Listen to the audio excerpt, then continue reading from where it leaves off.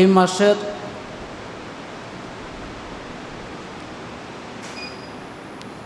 10 তারিখে অনেক ইতিহাস ইসলামের মধ্যে আছে।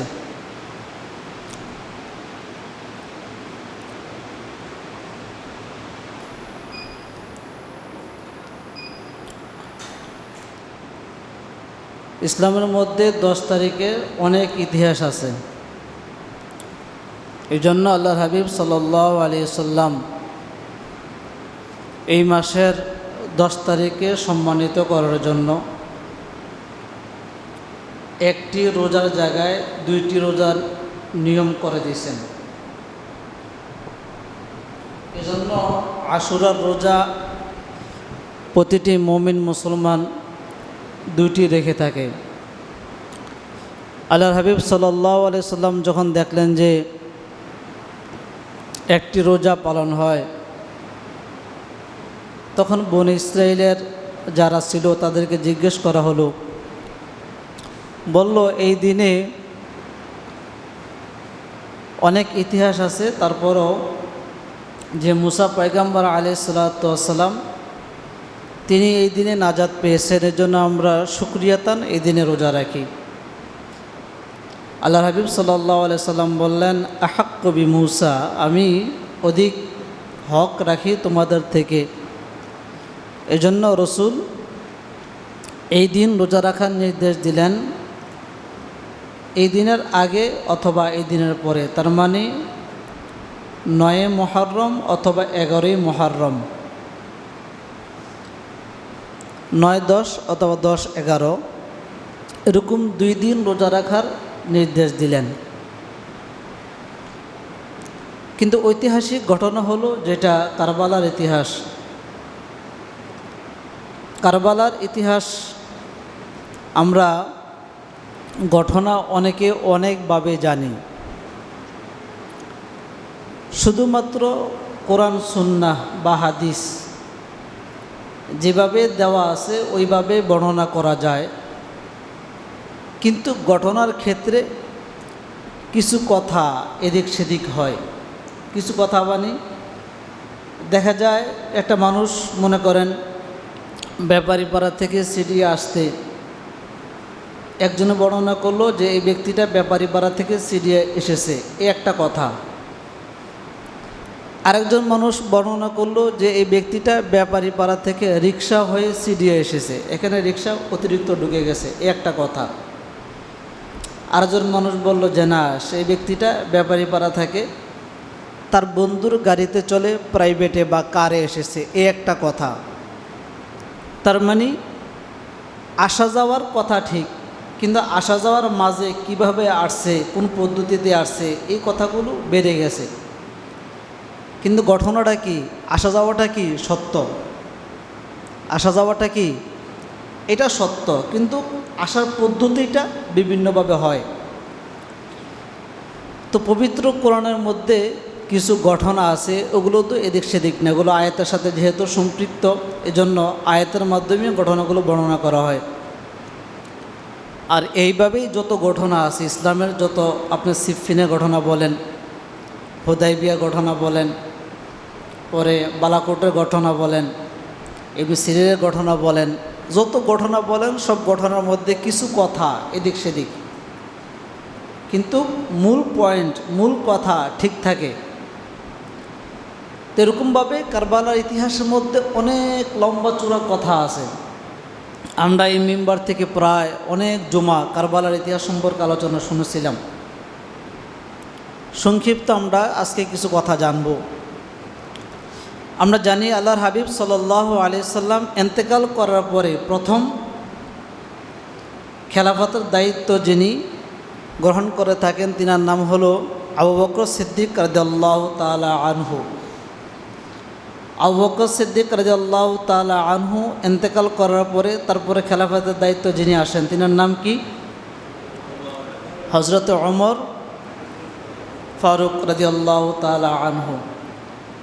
হযরত ওমর ফারুক রাদিয়াল্লাহু তাআলা আনহু তিনি চলে যাওয়ার পরে খেলাফতের দায়িত্ব যিনি আসেন তিনার নাম ওসমান ইবনে আফফান, যাকে জিন্নুরাইন বলা হয়।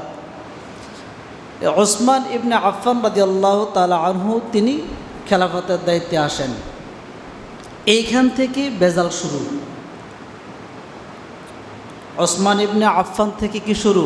একতলাফ, মতানৈক্য, মতবিরোধ, হিংসা, রেষারেষি, দলাদলি, মারামারি, এখান থেকে শুরু।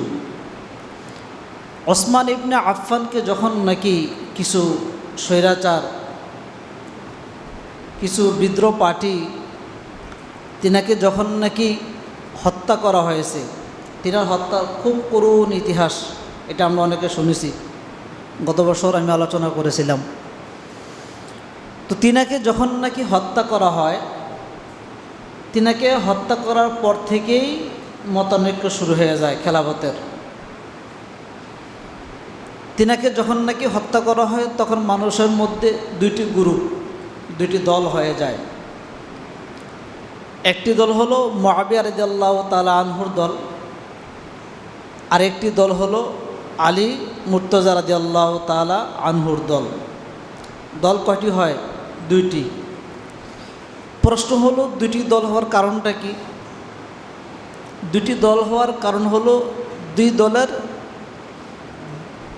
দলের কথা দুই ধরনের। যেমন মুআবিয়া রাদিয়াল্লাহু তাআলা আনহুর বক্তব্য হলো যে সর্বপ্রথম ওসমান হত্যার বিচার করতে হবে, তারপর রাষ্ট্র পরিচালনা করতে হবে। এটা কার বক্তব্য? মুআবিয়া রাদিয়াল্লাহু তাআলা আনহুর বক্তব্য যে সর্বপ্রথম ওসমান হত্যার বিচার করতে হবে। কারা হত্যা করেছে, কেন হত্যা করেছে, কী কারণে হত্যা করছে, এ লোকগুলো চিহ্নিত করতে হবে। তারপরে গিয়ে রাষ্ট্র পরিচালনা করতে হবে। এখন তিনার এই বিচার চাওয়াটা এটা শরীয়ত সম্মত এবং ন্যায় সংযুক্ত, তিনার এই বিচার দাবিটা। আর আলী মুর্তজা রাদিয়াল্লাহু তাআলা আনহু তিনি বলতেছেন যে হ্যাঁ, বিচারটা হবে, আগে আমাদের মধ্যে সমঝোতা হোক, যে মারামারি, দলাদলি, বিভিন্ন ফিতনা যা আছে এগুলো আমরা গুছাই, এগুলো গোছানোর পরে আমরা এক পর্যায়ে গিয়ে কী করব? বিচার করব। মানে তিনি চাইছে একটু কাল বিলম্ব করে বিচার করতে। এই দুই দলের দুই ধরনের কথার কারণে গ্রুপ হয়ে গেছে। এখন কিছু সাহাবী আলী রাদিয়াল্লাহু তাআলা আনহুর হাতে বায়াত গ্রহণ করছেন যে মুআবিয়া যেহেতু কথা বুঝতেছে না, তাহলে আমরা আপনাকে কি মানব? নেতা মানব, আপনি আমাদের লিডার। আর কিছু সাহাবী তিনারা বলতেছেন যে আলী রাদিয়াল্লাহু তাআলা আনহু যেহেতু বিচার করতেছে না, তাহলে আমরা আপনাকে মানব, মুআবিয়াকে। তাহলে এই দুইভাবে বিভক্ত হয়ে গেল। এখান থেকে কিন্তু দ্বন্দ্ব শুরু হয়ে গেছে মুসলমানের। এর আগে কিন্তু খুব শান্তি ছিল। এখন যখন দুইভাবে বিভক্ত হয়ে গেল, এরপরেই এই লোকগুলোই আবার মিলে আলী রাদিয়াল্লাহু তাআলা আনহুকে হত্যা করে ফেললেন। তিনাকে অনেক কষ্ট দিল, যন্ত্রণা দিল, পরিশেষে তিনাকেও কী করলেন? হত্যা করে ফেললেন। এখন আলী রাদিয়াল্লাহু তাআলা আনহুকে যখন হত্যা করে ফেললেন, এখন তিনার আছে দুইটি সন্তান, একজনের নাম হাসান, আরেকজনের নাম কি? হুসাইন রাদিয়াল্লাহু তাআলা আনহুমা। হাসান রাদিয়াল্লাহু তাআলা আনহু ছিলেন বড়, হুসাইন রাদিয়াল্লাহু তাআলা আনহু ছিলেন ছোট।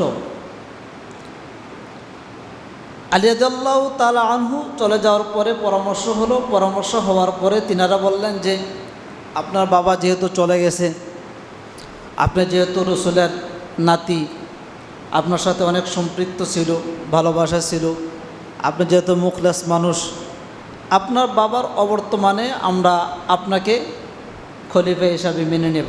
কাকে বলছে? হাসান রাদিয়াল্লাহু তাআলা আনহুকে।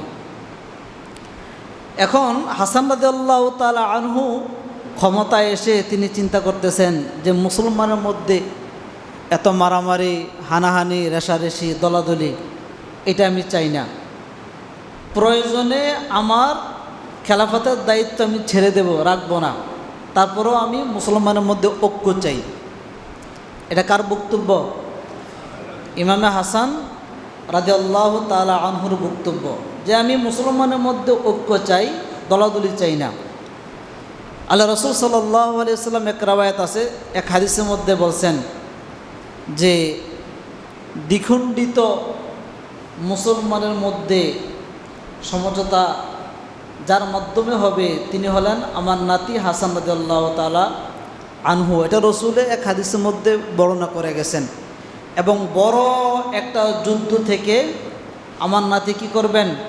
এটাকে মিটিয়ে দিবেন।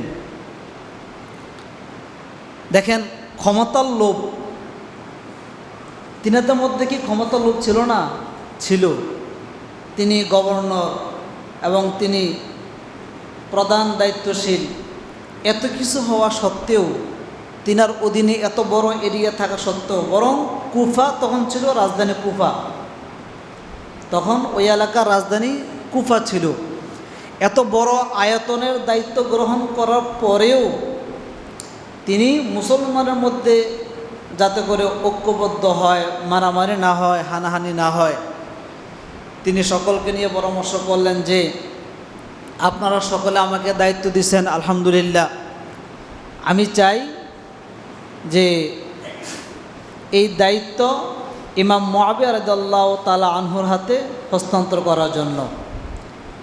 এখন তো দুইটা দল, দুইটি গ্রুপ বিভক্ত হয়ে আছে, মারমুখী অবস্থা দুই দলের।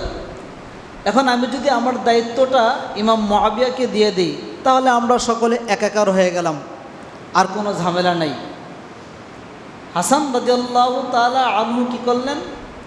নিজের পুরো দায়িত্ব ইমাম মুআবিয়া রাদিয়াল্লাহু তাআলা আনহুকে ডেকে দিয়ে দিলেন। মুসলমানের মধ্যে আর একতলাফ আছে? নাই, শেষ। তিনি মিটিয়ে দিলেন দ্বন্দ্ব। মুআবিয়া 20 বৎসর দায়িত্ব পালন করেন। দায়িত্ব পালন করার পর তিনি পুরো দেশ সাজান, অনেক উন্নতি করেন। অনেক বর্ণনা আছে যে অনেক জাহাজ তিনি বানান এবং বল্লম তৈরি করেন এবং যুদ্ধ করার জন্য ঘোড়া তৈরি করেন। মানে মুসলমানের ঘাঁটি তৈরি করার জন্য যা যা করার দরকার ইমাম মুআবিয়া রাদিয়াল্লাহু তাআলা আনহু 20 বছরে অনেক কিছু করেন। এখন তো আমরা মুআবিয়াকে অনেক গালমন্দ করি। গালমন্দ করি কী জন্য? ওই যে তিনার ছেলের দিকে লক্ষ্য করে। যদি কোনো মানুষ মুআবিয়া রাদিয়াল্লাহু তাআলা আনহু সম্পর্কে দুইটি ঠোঁট খোলে, কোনো মুসলমান ঈমান থাকবে না, ঈমান থাকবে না। কারণ তিনি ছিলেন আদেল। কেমন আদেল? 4-5 জন রসুলের লেখক ছিলেন, যিনারা কোরআন লিখতেন, কাতেবে ওহী বলা হয়, যিনারা ওহী লিখতেন, ওহীর মাধ্যমে যা আসতো তিনারা তা লিখতেন। তাদের মধ্য থেকে জলিল কদর সবচেয়ে নিকট এবং সবচেয়ে গ্রহণযোগ্য যে সাহাবী, তিনার নাম কি? মুআবিয়া রাদিয়াল্লাহু তাআলা আনহু। এবং তিনি জান্নাতের সুসংবাদ পানেওয়ালা সাহাবী, যিনাকে সার্টিফিকেট দিয়ে দিয়েছেন আল্লাহ যে হ্যাঁ সে জান্নাতি। তো এমন ব্যক্তিকে আমরা কি বলি? গালমন্দ করি, গালাগাল করি, তিনার সম্পর্কে কথা বলি। অথচ তিনার যুক্তি, তিনার ন্যায় পরায়ণতা, আদালতা, তিনার সব কিছু ছিল ইসলামের রাহে। তো যেটা বলতেছিলাম যে মুআবিয়া রাদিয়াল্লাহু তাআলা আনহু কি করছেন? মৃত্যুবরণ করার আগেই তিনি তিনার সন্তান ইয়াজিদকে গভর্নর বানিয়ে গেছেন। এই যে দ্বন্দ্ব শুরু হয়ে যায়, তিনার সন্তান ইয়াজিদকে গভর্নর বানিয়ে গেছেন। ইতিহাসগণ বিভিন্ন জায়গায় বিভিন্ন কথা লেখে, বাকি অধিকাংশ ইতিহাসগণ যে কথাগুলো লিপিবদ্ধ করেছেন তিনারা বলছেন যখন ইমাম মুআবিয়া তিনার ছেলে ইয়াজিদকে গভর্নর বানায় তখন তিনি ছিলেন ভালো মানুষ। তিনি কি ছিলেন? ভালো মানুষ। পরবর্তীতে কি খারাপ হয়েছে? পরবর্তীতে খারাপ হয়েছে তিনি নামাজ পড়েন নাই। পরবর্তীতে খারাপ হয়েছে তিনি মাইসির জুয়ার আসক্ত ছিলেন। পরবর্তীতে খারাপ হয়েছিল খামর, তিনি নেশার আসক্ত ছিলেন, নেশাগ্রস্ত বা নেশা সেবন করতেন।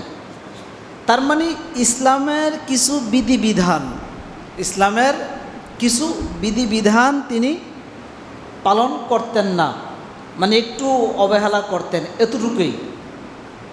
তার খারাপের ইতিহাসটা এতটুকুই যে ইসলামের কিছু বিধিবিধান তিনি পরিপূর্ণভাবে পালন করতেন না, এটাই তার খারাপের ইতিহাস। আমরা যদি আমাদের এখন বর্তমান বা অতীতে যারা চলে গেছে এগুলোর এমপি মন্ত্রীর দিকে তাকাই, অবস্থা কি? তার চাইতে আরও জটিল না? কি বলেন? এখনও বা অতীতে যারা এমপি মন্ত্রী ছিল, রাষ্ট্র চালায়, তারা তো এরকম মানুষ আছে যে শুধু ঈদের নামাজ পড়ে, এরকম মানুষ আছে যে শুধু ঈদের নামাজ পড়ে, এরকম মানুষ আছে যে শুধু জুমার নামাজ পড়ে, এরকম নেতৃত্বস্থানীয় এরকম লোক আছে যারা পানি খায় না, শুধু খালি শরাব খায়। আপনি ভিতরে খবর নিয়ে দেখেন না, শুধু শরাব খায়, পানি খায় না, শুধু ড্রিঙ্কস খায়, পানি খায় না, সাদা পানি খায় না, ওরা শুধু কালারিং পানি খায়। তো এখন এই মানুষগুলোকে আমরা এখন গভর্নর বানাইছি বা দায়িত্ব দিয়ে রাখছি। তো এই ধরনের ভুল তার মধ্যে ছিল, কিন্তু যারা নাকি মুখলেস, তৎকালীন সময় আব্দুল্লাহ ইবনে আব্বাস ছিল রাইসুল মুফাসসিরিন, যিনি মুফাসসিরিনদের নেতা, সর্দার এবং বিখ্যাত মুফাসসির আব্দুল্লাহ ইবনে আব্বাস তিনি ছিলেন। আব্দুল্লাহ ইবনে ওমর ছিলেন, আব্দুল্লাহ ইবনে জুবাইর ছিলেন, অনেক বিখ্যাত সাহাবী ছিলেন। বিখ্যাত সাহাবী থাকা সত্ত্বেও ইমাম মুআবিয়া রাদিয়াল্লাহু তাআলা আনহু তিনার সন্তানকে দায়িত্ব দিলেন। তার মধ্যে রাষ্ট্র চালানোর ক্ষমতা ছিল, শক্তি ছিল, পাওয়ার ছিল, কিন্তু খুলুসিয়াত ছিল না, তাকওয়া ছিল না, বুজুর্গানি এগুলো ছিল না। এগুলো আবার হোসেন রাদিয়াল্লাহু তাআলা আনহু এবং এর আগে যার নাম বললাম তাদের মধ্যে ছিল। তো যেটা বলতেছিলাম যে ওইখানে ইয়াজিদ তার পুরো ফিল্ড মাঠ তিনি তৈরি করে নিছেন। এদিক দিয়ে কিছু সাহাবা, কিছু মুত্তাকি ফরহেজগার তিনারা বলতেছেন যে আমরা ইয়াজিদকে মানব না। আমরা কাকে মানব? আমরা মানব রসুলের নাতি ইমাম হোসেন রাদিয়াল্লাহু তাআলা আনহুকে আমরা গভর্নর হিসাবে মানব, ইয়াজিদকে মানব না। এই যে ফাটল আবার শুরু হয়ে যায়। আলী রাদিয়াল্লাহু তাআলা আনহু এবং মুআবিয়া রাদিয়াল্লাহু তাআলা আনহুর মধ্যে ফাটল সৃষ্টি হয়েছিল। এই ফাটল হাসান রাদিয়াল্লাহু তাআলা আনহু এসে সমাপ্ত করলেন। এদিক দিয়ে আবার যখন নাকি মুআবিয়া রাদিয়াল্লাহু তাআলা আনহু এই ইয়াজিদকে গভর্নর বানায়, তখন এদিক দিয়ে আবার ফাটল কি হয়ে যায়? শুরু হয়ে যায়। অনেক লম্বা ইতিহাসগণ অনেক কিছু লেখেন এর মধ্যে, যে কারা কারা ছিল, কিভাবে গুপ্তচর করে, কার প্ররোচনা এরকম হয়। যেমন মুগীর ইবনে শুআবা, তিনার কথায় মুআবিয়া রাদিয়াল্লাহু তাআলা আনহু তিনার পরামর্শে, তৎকালীন সময় এরকম পরামর্শদাতা ছিলেন, এখন যেরকম পিএস থাকে, তৎকালীন সময় এরকম অনেকের পরামর্শদাতা ছিলেন, গাইডলাইন ছিলেন। তো মুআবিয়া রাদিয়াল্লাহু তাআলা আনহুকে পরামর্শ দিলেন মুগীর ইবনে শুআবা যে আপনার ছেলেকে আপনি কি বানান? গভর্নর বানান। তখন তার কথাও আমলে নিয়ে তিনি কি করেন? গভর্নর বানিয়ে দেন। এখন দুই পক্ষ, এক পক্ষ হলো হোসেন রাদিয়াল্লাহু তাআলা আনহু, আরেক পক্ষ হলো ইয়াজিদের। এখন ইয়াজিদের আশেপাশে যারা আছে, যেমন শিমার, ইয়াজিদের আশেপাশে আরেকজন ছিল সিনান, যিনি নাকি হোসেন রাদিয়াল্লাহু তাআলা আনহুকে আঘাত করছেন প্রথম। শিমার না, সিনান আরেকজন আছে। ওবায়দুল্লাহ ইবনে জিয়াদ, রাকিব ইবনে ওবাদ ইবনে সফাত, আরও অনেকে আছে। তিনারা যারা আছে আশেপাশে কেউ ভালো না, সবাই এই শত্রু। এবং এই সম্প্রদায়টা ছিল শিয়া সম্প্রদায়। এই সম্প্রদায়টা ছিল কি? ইবনে সাবা সম্প্রদায়। ইবনে সাবা সম্প্রদায় ওসমান রাদিয়াল্লাহু তাআলা আনহুকে হত্যা করছেন। এই শিয়া সম্প্রদায় আলী রাদিয়াল্লাহু তাআলা আনহুকে হত্যা করছেন।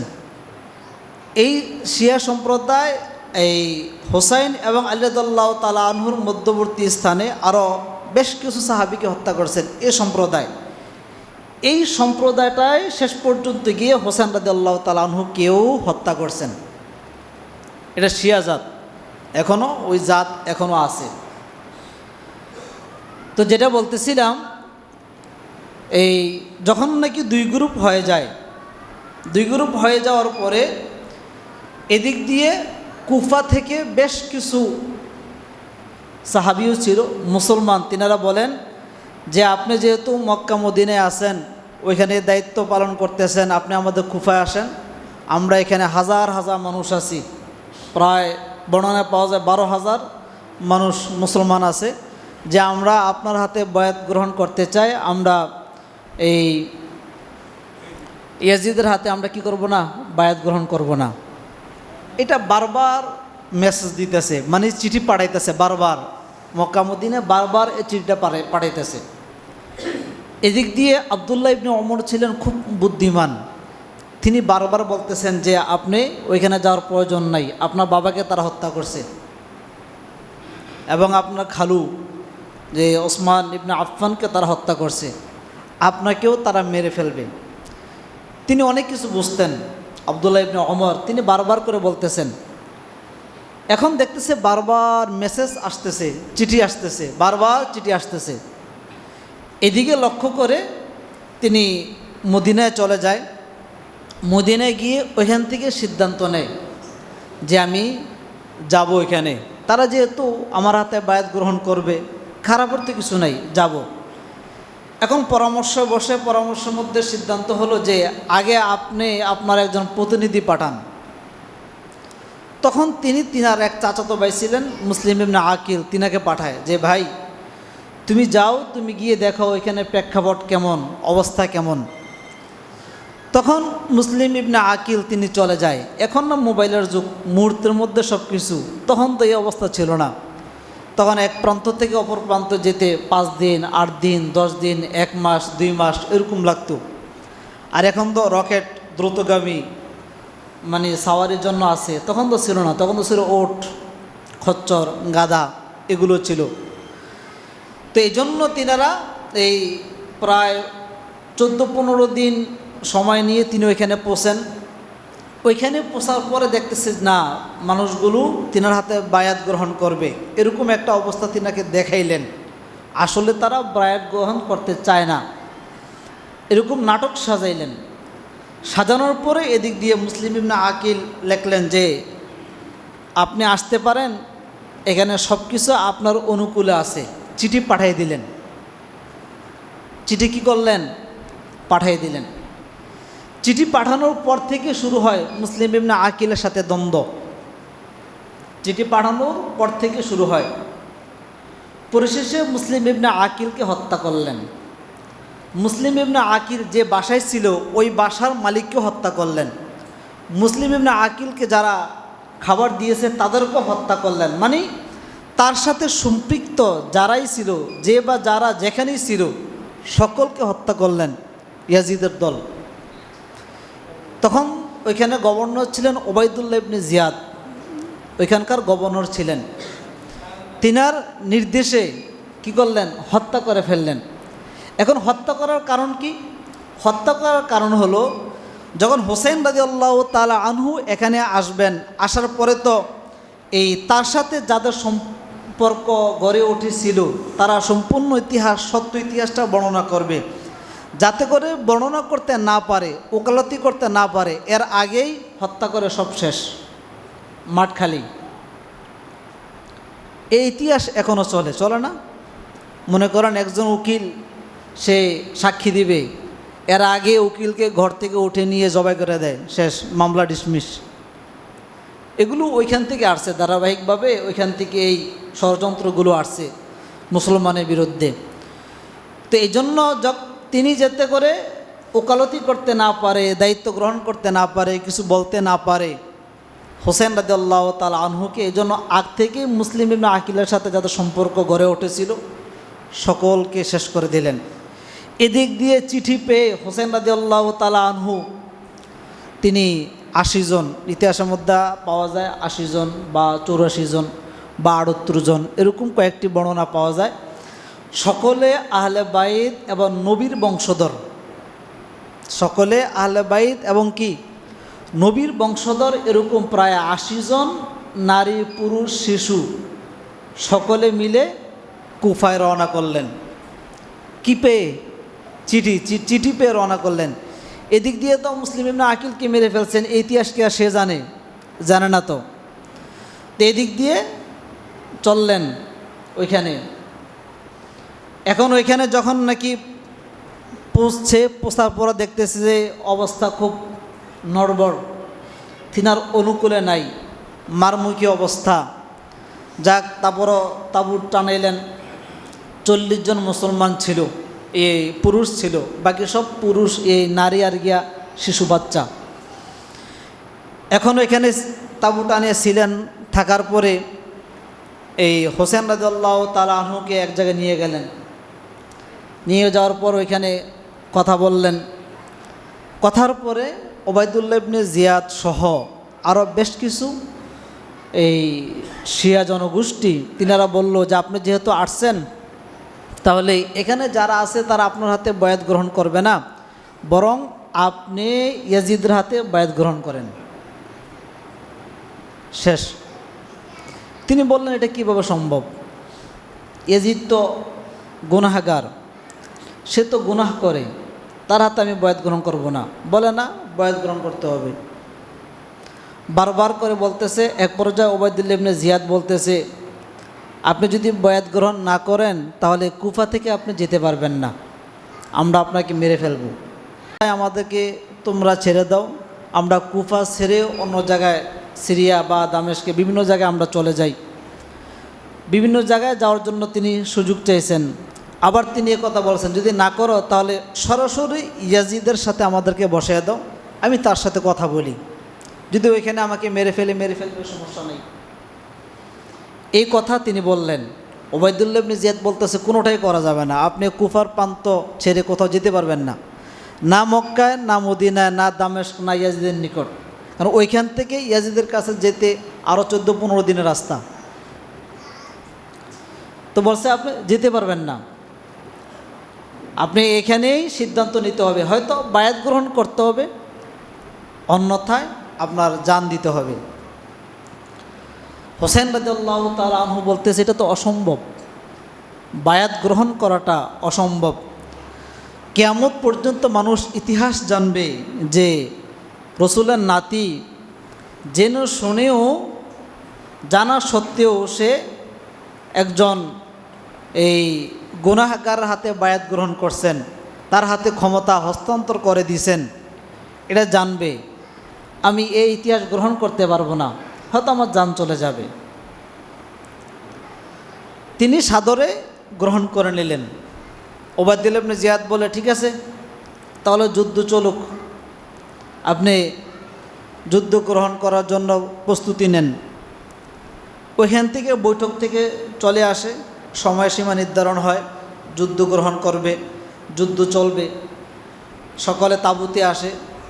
তখন তাদের সৈন্য ছিল মাত্র 40 জন, আর তাদের সৈন্য ছিল কোনো কোনো বর্ণনা পাওয়া যায় 6000, কোনো কোনো বর্ণনা পাওয়া যায় 4000।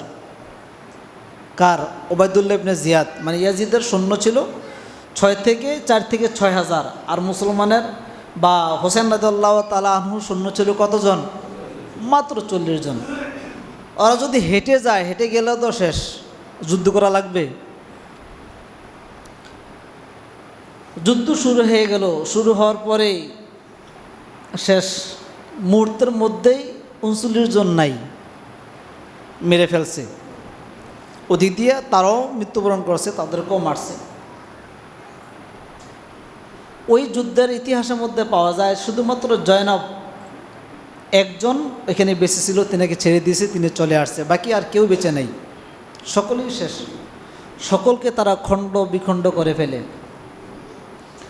এবং হোসেন রাদিয়াল্লাহু তাআলা আনহু যখন দেখলেন ডানে কেউ নাই, বামে কেউ নাই, পিছনে কেউ নাই, তিনি ঘোড়া নিয়ে পিছনে ব্যাক করলেন, তাঁবুতে গেলেন। গিয়ে বলতেছে যে আমাদের যারা ছিল পুরুষ সকলে তো শাহাদাত বরণ করছেন, তোমরা শেষ পর্যন্ত আমাকে বিদায় দাও। এদিক দিয়ে কিছু মুসলমান বলতেছে যে আমরা এমন একজন ব্যক্তিকে মারব যার চেহারা স্বয়ং রসুলের সাথে মিল। হোসেন রাদিয়াল্লাহু তাআলা আনহুর চেহারাটা স্বয়ং নবীজির সাথে কি আছে, অনেকটাই মিল আছে। রসুল এরকমভাবে কাঁধ ধরতেন, কাঁধ ধরে এরকমভাবে চাপ দিতেন। তখন হাসান রাদিয়াল্লাহু তাআলা আনহু বলতেন, দাদা না না, এই জায়গাটা তো হোসেনের জায়গাটা তো তোমার মতো, এই যে দেখা যাইতেছে। রসুল আবার দেখতেন, বলতেন হ্যাঁ তোমার মতো, আমার মতো। এরকম বিভিন্ন অঙ্গ প্রত্যঙ্গগুলো হাসান রাদিয়াল্লাহু তাআলা আনহু দেখে বলতেন, রসুল স্বীকারোক্তি দিতেন।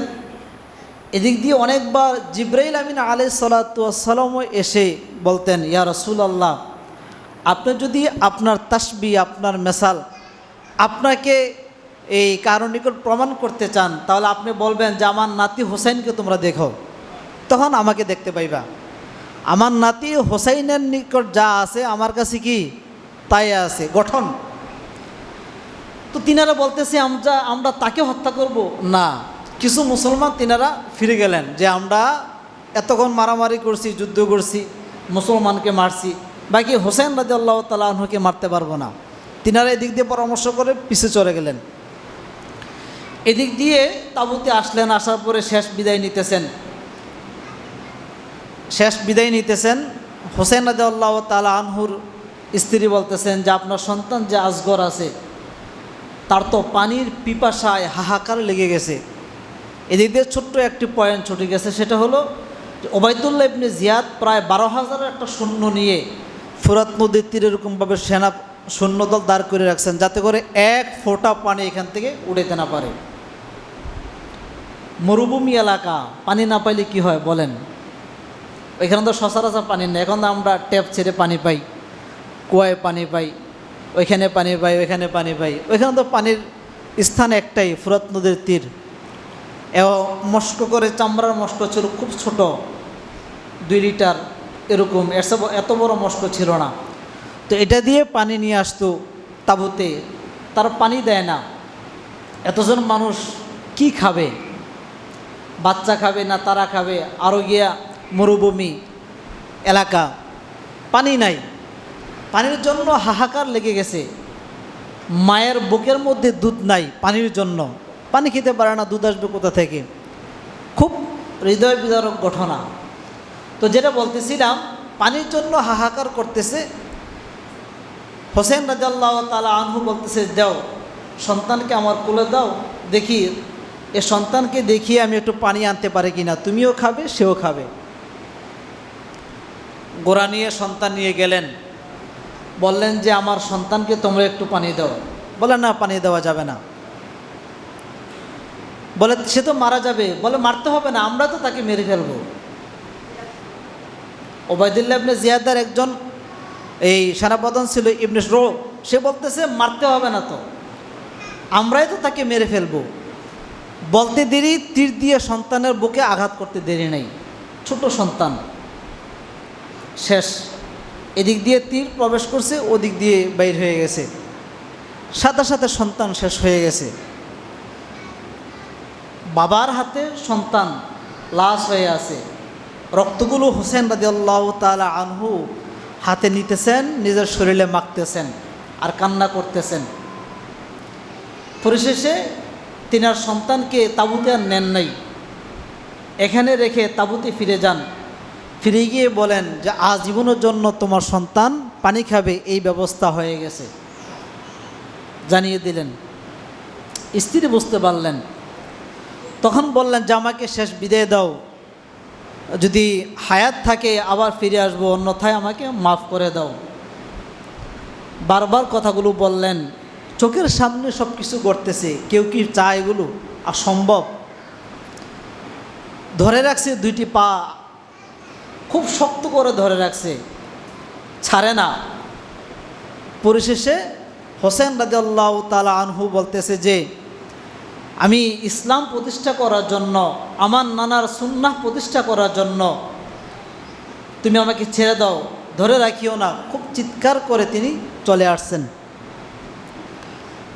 যখন তিনি আসতেছেন, ইতিহাসগণ লেখেন অনেক মুসলমান তিনারা ভয় পেয়ে গেলেন। তিনারা দেখতেছেন যে তিনার চতুর্পাশে হাজার হাজার হুসাইন একসাথে আসতেছে, এরকমভাবে দেখতেছে। এবং তিনি একাই লড়াই করে ফুরাত নদীর তীরে যত হাজার মুসলমান ছিল অধিকাংশ মুসলমানকে তিনি হত্যা করছেন একা লড়াই করে। মানুষ কাটতেছেন, মুসলমানদেরকে মারতেছেন, কাটতেছেন, মারতেছেন। এক পর্যায়ে গিয়ে তিনি আর শক্তি হারিয়ে ফেলে শেষ তিনি পড়ে যায়। পড়ে যাওয়ার পরেও ওই যে মুসলমানের মধ্যে ওই অনুভূতি যে রসুলের নাতিকে আমরা মারব, তখন তিনারা কেউই মারে না। তিনারা ওই অনুভূতির দিকে তাকিয়ে তিনারা সকলে বসে আছেন, কেউ আঘাত করতেছে না। পিছন থেকে সীমার চলে আসে, সীমার এসেও যখন নাকি সামনে খানতে হয় আঘাত করে না। তারপরে সিনান চলে আসে, সিনান এসেই আঘাত করে ফেলে। ইতিহাসগণ লেখেন যে দেহ থেকে কলা এই মাথাকে দ্বিখণ্ডিত করে ফেলে এবং অঙ্গ প্রত্যঙ্গের মধ্যে আঘাত করে তিনার দেহকে রেখে এর উপরে ঘোড়ার দৌড় দেওয়ায় এগুলো ছিঁড়ে যায়, এগুলো ছিলে যায়, এগুলো থেতলে যায়, গোস্তগুলো নষ্ট হয়ে যায়, কিছু কিছু হাড় থেকে গোস্ত আলাদা হয়ে যায়, এরকম অবস্থা করে ফেলে। কিন্তু ওই যে মাথা যেটা আছে তীরের মাথায়, এই মাথাটাকে রেখে ওবায়দুল্লাহ ইবনে জিয়াদের কাছে তিনারা নিয়ে যায়। এই হলো মোটামুটি সংক্ষিপ্ত হোসেন রাদিয়াল্লাহু তাআলা আনহুর ইতিহাস, যে তিনাকে তারা এইভাবেই ওইখানে কি করেন, শহীদ করে ফেলেন।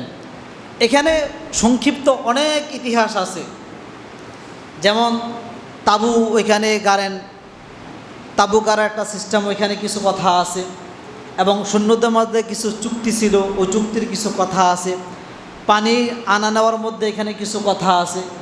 এবং ওবায়দুল্লাহ ইবনে জিয়াদের সাথে যে কিছু শর্ত ছিল, শর্ত সাপেক্ষে কিছু কথা আছে। এবং ওইখানে আরও কিছু এই সেনাপ্রধান ছিল, প্রায় 14 জনের মতো সেনাপ্রধান ছিল। সেনাপ্রধানের সাথে হোসেন রাদিয়াল্লাহু তাআলা আনহুর বেশ কিছু লম্বা চূড়া কয়েকদিন কথা হয়, ওইখানে কিছু কথা আছে। তো মানে ইতিহাস আরও অনেক লম্বা। সংক্ষিপ্তভাবে আমি আপনাদেরকে এটা শোনাই দিলাম যে এখানে ইসলামকে বাজি রাখার জন্য, ইসলামের সম্মান অক্ষুণ্ণ রাখার জন্য কিয়ামত পর্যন্ত রসুলের ঔরস থেকে যাতে মানুষ একথা বলতে না পারে, এজন্য হোসেন রাদিয়াল্লাহু তাআলা আনহু সেই নিজেই ওইখানে জান উৎসর্গ করে দিয়েছেন। তারপরেও একজন বেঈমানের হাতে বায়াত গ্রহণ করেন নাই। তিনি চাইলে বাঁচতে পারতেন না? অবশ্যই বাঁচতে পারতেন। তিনি যদি চাইতেন যে হ্যাঁ আমি ইয়াজিদের হাতে বায়াত গ্রহণ করব, তাহলে তিনাকে ছেড়ে দেয় বা ইয়াজিদের কাছে নিয়ে যায়। তিনি তো এটা চান নাই। কিসের জন্য চান নাই? রসুলের সম্মান বলবৎ রাখার জন্য, মান সম্মান ইজ্জত অটুট রাখার জন্য তিনি চান নাই। তিনি নিজের জান পর্যন্ত উৎসর্গ করে দিয়েছেন। এবং রসুলের ঔরসে, রসুলের বংশ পরম্পরায় ওইখানে যতজন এই সাহাবা এন্তেকাল করছেন, মানে শাহাদাতের মর্যাদা লাভ করছেন, আর কোথাও এতজন সাহাবা এট আ টাইম শাহাদাতের মর্যাদা লাভ করেন নাই। ওইখানে যারা ছিলেন সবাই রসুলের বংশধর ছিলেন সবাই। ওরা তো যুদ্ধ করার জন্য যান নাই, ওরা তো গেছে দিনের দাওয়াত নিয়ে, বায়াত গ্রহণ করবে, তাদেরকে কিছু নীতিমালা শিখিয়ে দিবে, নীতিমালা শিখিয়ে ওইখান থেকে আবার অপাস আসবে, এই জন্যই গেছেন। যদি যুদ্ধের জন্য যাইতেন তাহলে তো তারা ওইভাবে প্রস্তুতি নিয়ে নিতেন। এবং কখনও হোসেন রাদিয়াল্লাহু তাআলা আনহু, হাসান রাদিয়াল্লাহু তাআলা আনহুর বাহুতে এই পরিমাণ শক্তি ছিল, আল্লাহর হাবিব সাল্লাল্লাহু আলাইহি সাল্লাম বলেন, হাজারো লক্ষ মানুষ যদি, কাফের জনগোষ্ঠী যদি যুদ্ধের মোকাবেলা করে, আমার দুই নাতির সাথে এই বিশ্বের মধ্যে কোনো কাফের তাদের সামনে এসে ফিরে যাওয়ার শক্তি রাখে না। এটা রসুলের বক্তব্য। এবং কার সন্তান? আলী মুর্তজা রাদিয়াল্লাহু তাআলা আনহুর সন্তান। কেমন আলী? যে আলী এমন ঢাল তিনি যুদ্ধের ময়দানে গ্রহণ করছেন, ব্যবহার করছেন, যুদ্ধ শেষে 80 জন সাহাবা মিলে ওই ঢাল উত্তোলন করতে পারেন নাই। এমন আলীর সন্তান হলেন হাসান এবং হুসেন রাদিয়াল্লাহু তাআলা আনহু। এই জন্য তিনাকে শেরে আলী বলা হয়। এমন পালোয়ান, এমন শক্তিশালী ছিলেন। এগুলো থাকা সত্ত্বেও তিনি তো যুদ্ধের জন্য যান নাই, ইসলামের জন্য গেছেন, দাওয়াতের জন্য গেছেন। ওইখানে যাওয়ার পরেও ইমান বিক্রি করে দেন নাই, ওইখানে ইমান বিক্রি করে দেন নাই, বরং ইমানের গোড়ায় রক্ত দেওয়ার জন্য তিনি নজরানা পেশ করে গেছেন এবং নিজের জান উৎসর্গ করে দিয়েছেন। এই জন্য আমরা সঠিক কারবালার ইতিহাস গ্রহণ করব। এর থেকে আমরা অনেক কিছু শিক্ষার আছে, যেগুলো শিক্ষার আছে এগুলো সব নামাজ, রোজা, হজ, জাকাত না। হোসেন রাদিয়াল্লাহু তাআলা আনহুর কারবালার ইতিহাস থেকে যেগুলো শিক্ষা আছে এগুলো সব রাষ্ট্র ব্যবস্থার শিক্ষা। নামাজের শিক্ষা না, রোজার শিক্ষা না, হজের শিক্ষা না, জাকাতের শিক্ষা না, এগুলো সব রাষ্ট্র ব্যবস্থার শিক্ষা আছে। এবং রাষ্ট্র কিভাবে চালাইতে হয়, কিভাবে মানুষের সাথে কথাবার্তা বলতে হয়, এই সম্পর্কে যত শিক্ষা আছে। এর জন্য অনেক বই আছে যে কেউ যদি দেশ চালাইতে হয়, রাষ্ট্র চালাইতে হয়, সেজন্য কারবালার ইতিহাস পড়ে আসে। ওইখানে পড়লেই রাষ্ট্র কীভাবে চালাইতে হয় ওই ইতিহাস ওইখানে পাওয়া যাবে। তিনারা এগুলো রেখে গেছেন। এই জন্য আমরা সঠিক ইতিহাস জানব। কিন্তু এখন তো এই ইতিহাস বিকৃত হয়ে গেছে। যেই শিয়া জনগোষ্ঠী ওসমানকে হত্যা করলেন, আলী রাদিয়াল্লাহু তাআলা আনহুকে হত্যা করলেন, পরে হুসাইন রাদিয়াল্লাহু তাআলা আনহুকে হত্যা করলেন, এর মাকে হাজারো শতাধিক সাহাবাকে হত্যা করলেন, যেই শিয়া জনগোষ্ঠী, এই শিয়া এখন আবার এই যে এখন আসতেছে 10 মুহররম, দেখবেন এরাই আবার কি করবে, মাতমে নাচবে। এরা আবার হাই হোসেন হাই হাসান বলে নিজের শরীরে আঘাত করবে। এরাই কিন্তু, এই জনগোষ্ঠী কিন্তু তার হত্যা করছেন। তারা নিজের দোষ ঢাকার জন্য, নিজে বাঁচার জন্য তখন তারা ঠিক সেম ইতিহাস হুসাইন রাদিয়াল্লাহু তাআলা আনহুকে হত্যা করে, ওসমান রাদিয়াল্লাহু তাআলা আনহুকে হত্যা করে, আলী রাদিয়াল্লাহু তাআলা আনহুকে হত্যা করে, তারা বিভিন্নভাবে বিভিন্ন কাছে গিয়ে বলছে যে না, আমরা হত্যা করি নাই, আমরা তাদের বিচার চাই, আমরা এটা চাই, আমরা ওইটা চাই। এরাই এই কাজগুলো করে। এজন্য দেখবেন 10 মুহররমের মধ্যে কী হবে, আপনার মিছিল হবে, র্যালি হবে, এখানে গাড়ি বানাবে, ঘোড়ার গাড়ি বানাবে, সামনে হাসান হোসেনকে রাখবে, আলী রাদিয়াল্লাহু তাআলা আনহুকে কৃত্রিম সাজাবে, সাজিয়ে এগুলো তারা কি করবে, এগুলো হয় না আমাদের দেশে, এগুলো হয় না। আপনি 11 তারিখে পত্রিকা দেখবেন, মুহররমের 11 তারিখে পত্রিকা দেখবেন, এক্সট্রা 2 পৃষ্ঠা অথবা 4 পেজ দেয় শুধুমাত্র এই মুহররমের ইতিহাস। ওইখানে বিভিন্ন জায়গা ছবি টবি এগুলো দেয়, পত্রিকার মধ্যে লেনে দিয়ে দেয়। অথবা বিটিভিতে গত আমি ওই সংবাদও পাইছি যে দেশে বিটিভিতে সরাসরি সম্প্রচার করা হয়েছে তাদের এই ইতিহাস। এটা ঢাকা মোহাম্মদপুরে চলে, ওখানে শিয়ার জনগোষ্ঠী বেশি, মোহাম্মদপুরে আছে, এদিকেও এদিকে আমবাগানের এদিকেও বা ফিরোজশাহর ওদিকেও আছে, যে তারা রেলি মিছিল বাইর করে, তাজিয়া পাঠ করে, মুরসিয়া পাঠ করে এবং এই কাজগুলো করে। এগুলো সব ওই শিয়া জনগোষ্ঠী এবং তারা হুসাইন রাদিয়াল্লাহু তাআলা আনহুর শত্রু। এজন্য ওই দিন আমরা কেউই এই কাজগুলো করব না, বরং আমরা আমাদের জায়গা থেকে বলার মাধ্যমে হোক, মিডিয়ার মাধ্যমে হোক, ফেসবুকের মাধ্যমে হোক, অথবা বিভিন্ন ইলেকট্রিক অথবা প্রিন্টিং যেইভাবে যেই মিডিয়া আছে ওগুলোর মাধ্যমে আমরা প্রতিবাদ করব যে এই দিন আমরা কেউ মিছিলে যাব না, মুরসিয়া পাঠ করব না, তাজিয়া পাঠ করব না, নেশা খাবো না, এই দিনই এই কাজগুলো আমরা যাব না, করব না, খালি পায়ে হাঁটবো না। তাদের আকিদা এবং এই দিনে যে আকিদাগুলো আছে এরকম আকিদা ওই দিন গ্রহণ করে থাকে। একটা আকিদা যদি কোনো মুসলমান গ্রহণ করে সে কাফের হয়ে যাবে। এজন্য আমরা কারবালার সঠিক ইতিহাস জানবো, বিকৃত ইতিহাস থেকে আমরা বেরিয়ে আসবো। আল্লাহ তাআলা আমাদের সকলকে তৌফিক দান করুন।